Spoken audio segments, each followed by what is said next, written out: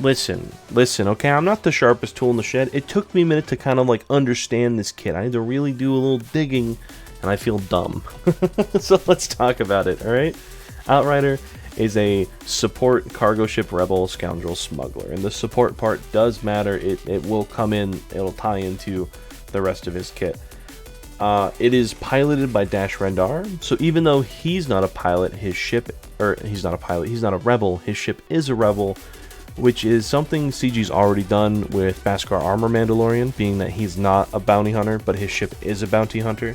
So, it's, I don't know, some continuity stuff, probably for game balancing, if we're being real here, because holy god, if Dash Rendar were a rebel, that'd be nuts. So let's talk about this kit. First off, the basic illegal laser cannons deals physical damage 3 times to target enemy and inflicts critical damage down for 2 turns. It sounds like it's going to do a decent chunk of damage if it's hitting 3 times, but it really ties more into his kit as we go further down. His first special, Concealed Concussion Missiles, with a cooldown of 4, says deal physical damage 5 times to target enemy and dispel all buffs on them, and inflict target lock for 2 turns, which can't be resisted. Each instance of damage reduces the target's defense by 5% for a maximum of 25% per ability for the rest of the encounter. So that'll just keep stacking up and up and up. And it's, as long as all of these hit, that's all pulling off. Rebel allies gain 5% turn meter for each critical hit on this ability, to a maximum of 25%. That's a lot. That's real quick. We're moving real fast here in the Rebel fleet. So I assume the ship's got to be fast too, if it's going to be most likely pushing the rest of the ships forward.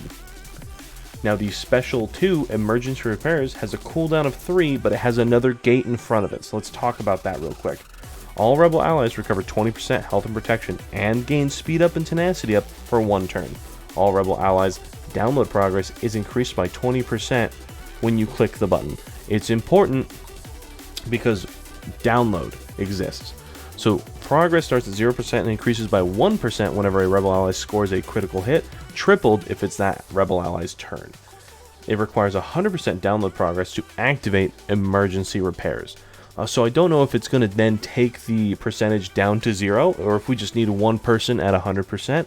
It's not really worded well in this way, so hopefully we get a little bit of clarification on that in the future. This is the ability that made me feel dumb. Awesome. Alright, now we go to our unique critical intel. Outrider gains 60% critical chance in the granted ability data transmission until it is defeated. In data transmission, limited use 1 per battle. Dispel all debuffs on all Rebel allies. They recover 50% health and protection. Grant all Rebel allies the Suprosa supercomputer for the rest of the encounter, which can't be copied, dispelled, or prevented. The Suprosa supercomputer reads gain 100% critical chance and an additional bonus based on the ship's roll. If they're an attacker, they dispel stealth and taunt from all enemies and inflict defense down for 1 turn on a single random enemy. If they're a tank, all Rebel allies will recover 10% health and protection whenever the ship receives damage. Not when it's hit by an ability, when it receives damage. Damage over times, burning from Imperial TIE Bomber, the bombs from Negotiator, or the B-28 Extinction Bomber. That's all recovering 10% health and protection on top of if they're getting hit by an AoE ability or basic abilities. So keep that in mind. And then supports, at the start of their turn, inflict target lock for 2 turns and remove 20% turn meter from a random enemy, but it is resistible. Now our final ability we have to talk about is the reinforcement. It says enter battle, all Rebel allies gain 20% download progress for each reinforcement called in by the allied Rebel capital ship this encounter. Outrider gains critical damage up for 1 turn. And this is solely just for the emergency repairs. So I don't think it's really that good, because you're still not going to be able to use the emergency repairs right off the bat. However, as I understand it, you should be able to use data transmission right off the bat. So if you make this your 5th ship in your fleet, pop in, heal everybody by 50%, dispel all their debuffs, and give them, an extra passive on top of that, that sounds pretty good to me. But it also sounds really good in a starting lineup, being able to push turn meter with the concealed concussion missiles. So we'll have to see how this plays out. This looks like the Rebel fleet just got a ridiculous amount stronger to me. I don't know about you, especially with Dash Rendar in those mid to high tier rosters being such a pivotal, important character who's probably already rocking 6-dot mods and a Relic 5 level for Starkiller. You know, we're already prepped and ready for this ship in that sense.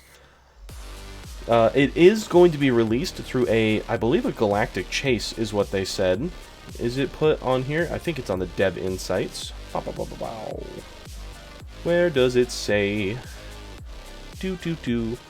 How do I get the Outrider? The Outrider is available in the Galactic Chase starting on the 8th of April and will be a 4-star unlock. Which one's 4-star? That's 50 shards, right?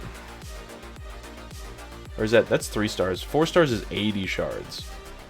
So, it's going to be a little bit to get that. Quite a bit of crystals, especially depending on where they make you chase it. If they make you chase it in Cantina battles, it's going to be expensive for sure for someone who's in a free-to-play account. If they put it inside of the regular energy battles, I think it'll be a really easy obtainable ship. But for those of us who don't want to spend the extra crystals, it might just be a ship that you need to pass on for now. It is going to be a really good ship though. If you have the spare crystals, I'd recommend chasing it to 4 stars because it sounds like it's gonna be really good in the Rebel fleet. I don't know how good. You know, they said it shouldn't be able to one-shot the freaking Executor, but I don't know. The turn meter gain is huge. The buffs it gives are huge. It seems like a very strong ship, giving a much needed survivability bump to the Rebels, so they're not just this 3-ship glass cannon.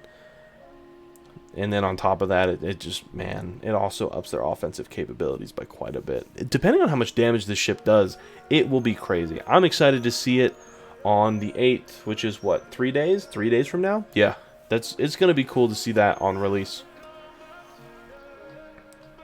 Oh, that's it though. I think that's all I've got for this ship. I'll talk to y'all later.